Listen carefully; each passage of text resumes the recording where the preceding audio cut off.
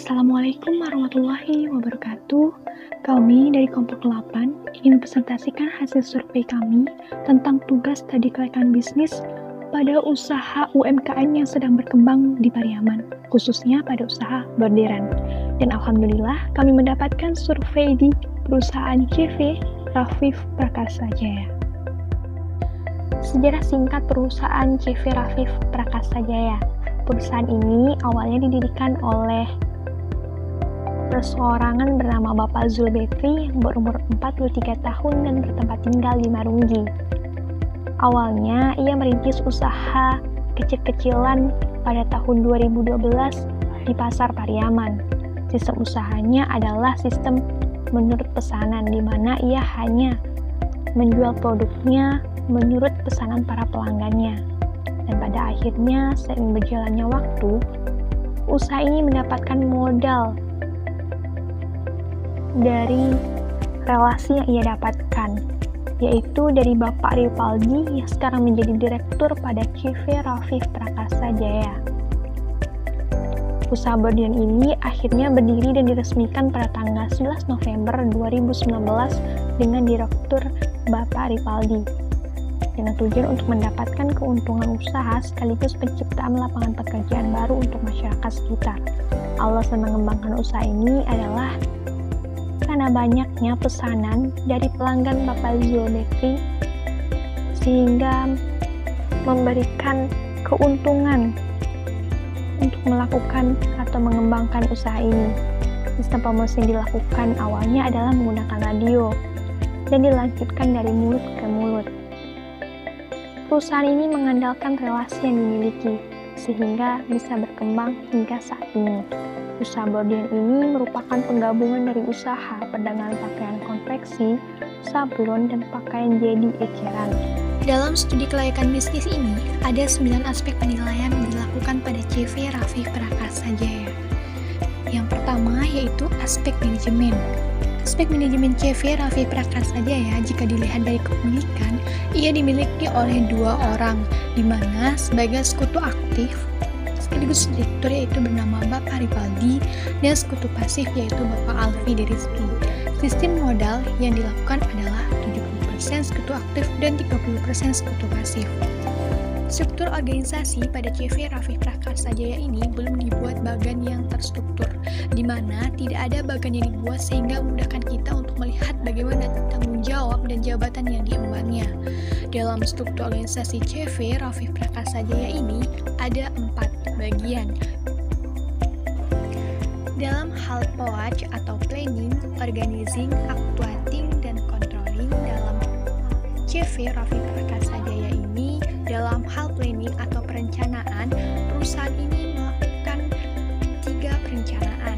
Yang pertama adalah perencanaan jangka pendek. Perencanaan jangka pendek yang dilakukan adalah perusahaan ini terus meningkatkan penjualan di tahun ini sehingga bisa meningkat dan memperoleh laba yang besar. Dalam hal jangka menengah yaitu meningkatkan kualitas, inovasi, pelayanan, dan kreativitas.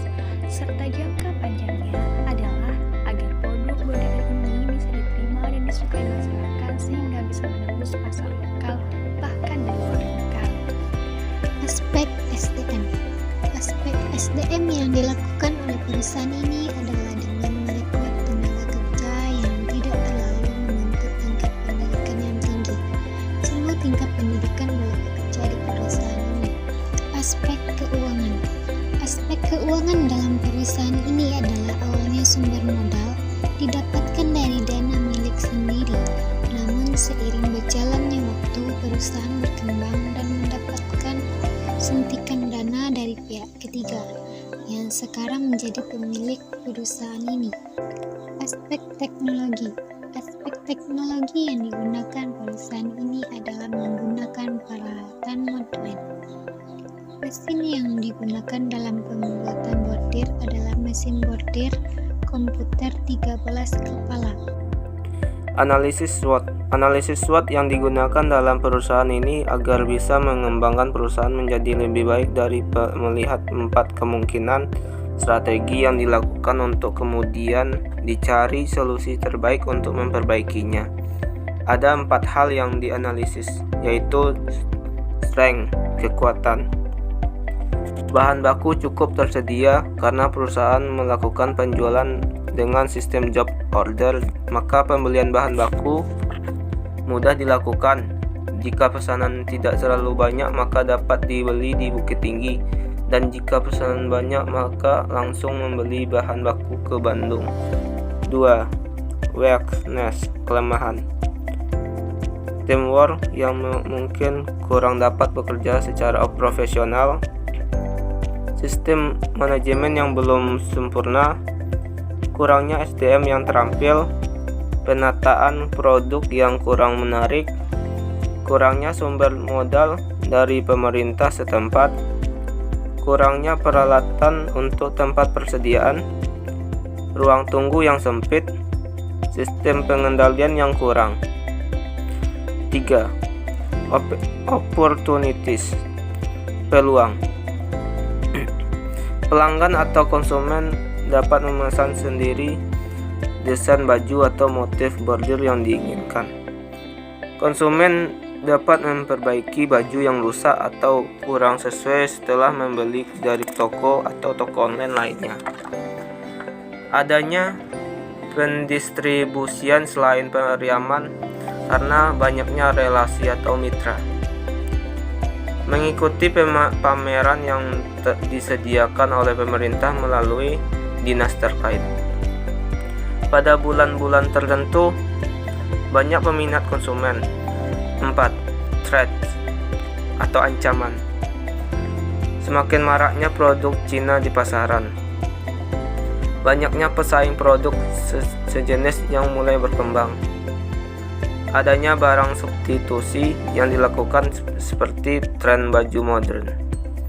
Teknologi semakin canggih. Adanya pemasaran melalui media online seperti Shopee, Lazada, dan lain-lainnya.